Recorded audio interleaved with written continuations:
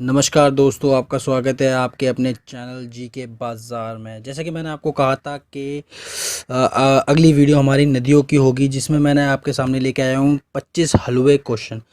बाकी हलवे क्वेश्चन तो नहीं है, ये इंपॉर्टेंट है, इनमें से भी काफ़ी बार क्वेश्चनों में से आ जाता है।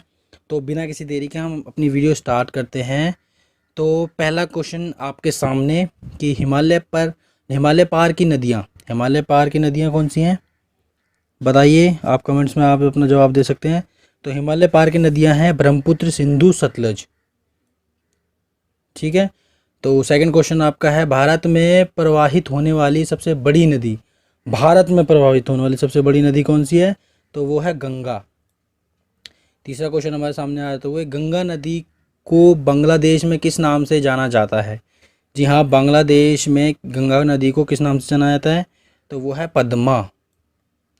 चौथा क्वेश्चन आपके सामने है, गंगा एवं ब्रह्मपुत्र की संयुक्त जलधारा किस नाम से जानी जाती हैं? तो वो किस नाम से जानी जाती हैं?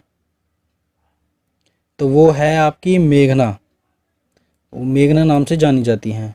छठा क्वेश्चन आपके सामने है, भारत की सबसे अधिक नौगम्य दो नदियाँ, तो वो दो नदियाँ कौन सी हैं? वो दो नदियाँ हैं गंगा, ब्रह्मपुत्र।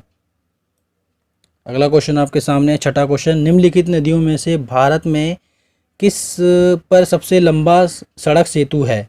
किस नदी पर सबसे लंबा सड़क सेतु है? तो वो है आपका गंगा नदी पर। अगला क्वेश्चन आपके सामने है, सुंदरवन का डेल्टा कौन सी नदी बनाती है? सुंदरवन का डेल्टा, ये क्वेश्चन काफ़ी बार एग्जामों में देखा गया है, तो आप इसको तो याद ही रखना कि जो सुंदरवन का सबसे बड़ा डेल्टा जो है वो है गंगा और ब्रह्मपुत्र नदी। अगला क्वेश्चन आपके सामने है कि गंगा और ब्रह्मपुत्र नदी का उद्गम स्थान क्रमश स्थित है, कहाँ स्थित है? तो उत्तराखंड और तिब्बत में, उत्तराखंड और तिब्बत में।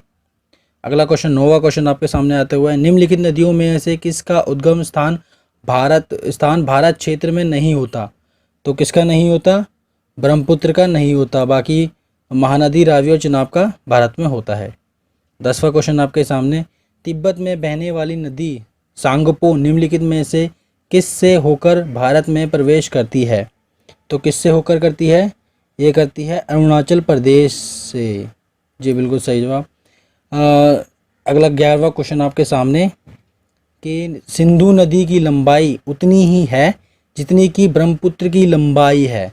तो कितनी लंबाई है वो है 2900 किलोमीटर।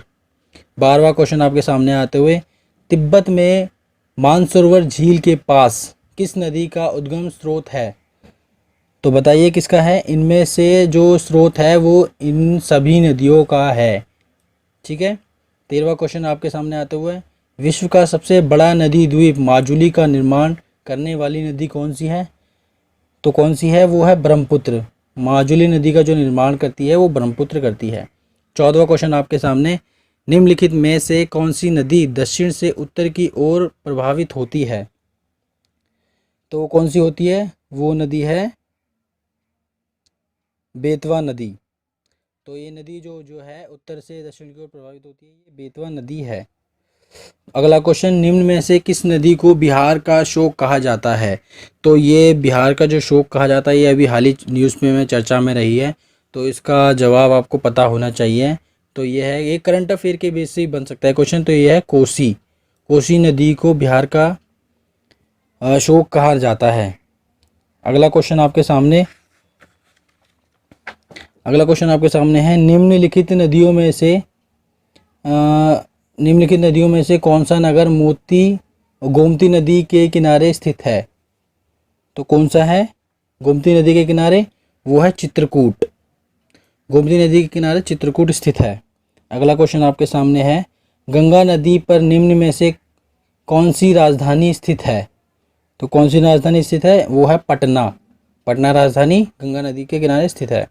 तो गंगा, यमुना और अदृश्य सरस्वती के संगम पर स्थित नगर है, कौन सा नगर है? तो वो है इलाहाबाद, इलाहाबाद। अगला क्वेश्चन, आगरा किस नदी के किनारे स्थित है? आगरा किस नदी के किनारे स्थित है? तो इसका जवाब हो जाएगा गंगा। सॉरी यमुना, आगरा नदी यमुना किनारे स्थित है। मैं थोड़ा कंफ्यूज हो गया था गंगा यमुना में से, तो इसका सही जवाब है यमुना। वैसे तो आप लोगों को सबको पता होगा, आप कभी आगरा गए होगे तो वो जो बीच में जो नदी आती है वो यमुना नदी ही होती है। तो अगला क्वेश्चन आपके सामने है। अगला क्वेश्चन है, आंध्र प्रदेश की राजधानी हैदराबाद किस नदी के तट पर स्थित है? तो वो किस नदी के तट पर स्थित है आंध्र प्रदेश की? वह है मूसी नदी पर। ठीक है। 21वां क्वेश्चन आपके सामने, जम्मू कश्मीर की राजधानी श्रीनगर किस नदी के तट पर स्थित है? किस नदी के तट पर स्थित है? वो है झेलम नदी के तट पर स्थित है जम्मू कश्मीर की राजधानी श्रीनगर। सूरत किस नदी के तट पर स्थित है? सूरत बताइए, सूरत किस नदी के तट पर स्थित है? तो सूरत है ताप्ती नदी के तट पर स्थित है। अगला क्वेश्चन 23वां क्वेश्चन आपके सामने, उज्जैन किस नदी के किनारे स्थित है? तो उज्जैन नदी है, बताइए, उज्जैन नदी है शिप्रा नदी के किनारे स्थित है। 24वां क्वेश्चन, जमशेदपुर किस नदी के तट पर स्थित है? बताइए जमशेदपुर किस नदी के किनारे स्थित है? तो यह है स्वर्ण रेखा के किनारे स्थित है, तट पर स्थित है। लास्ट क्वेश्चन हमारा है, नासिक किस नदी के तट पर स्थित है?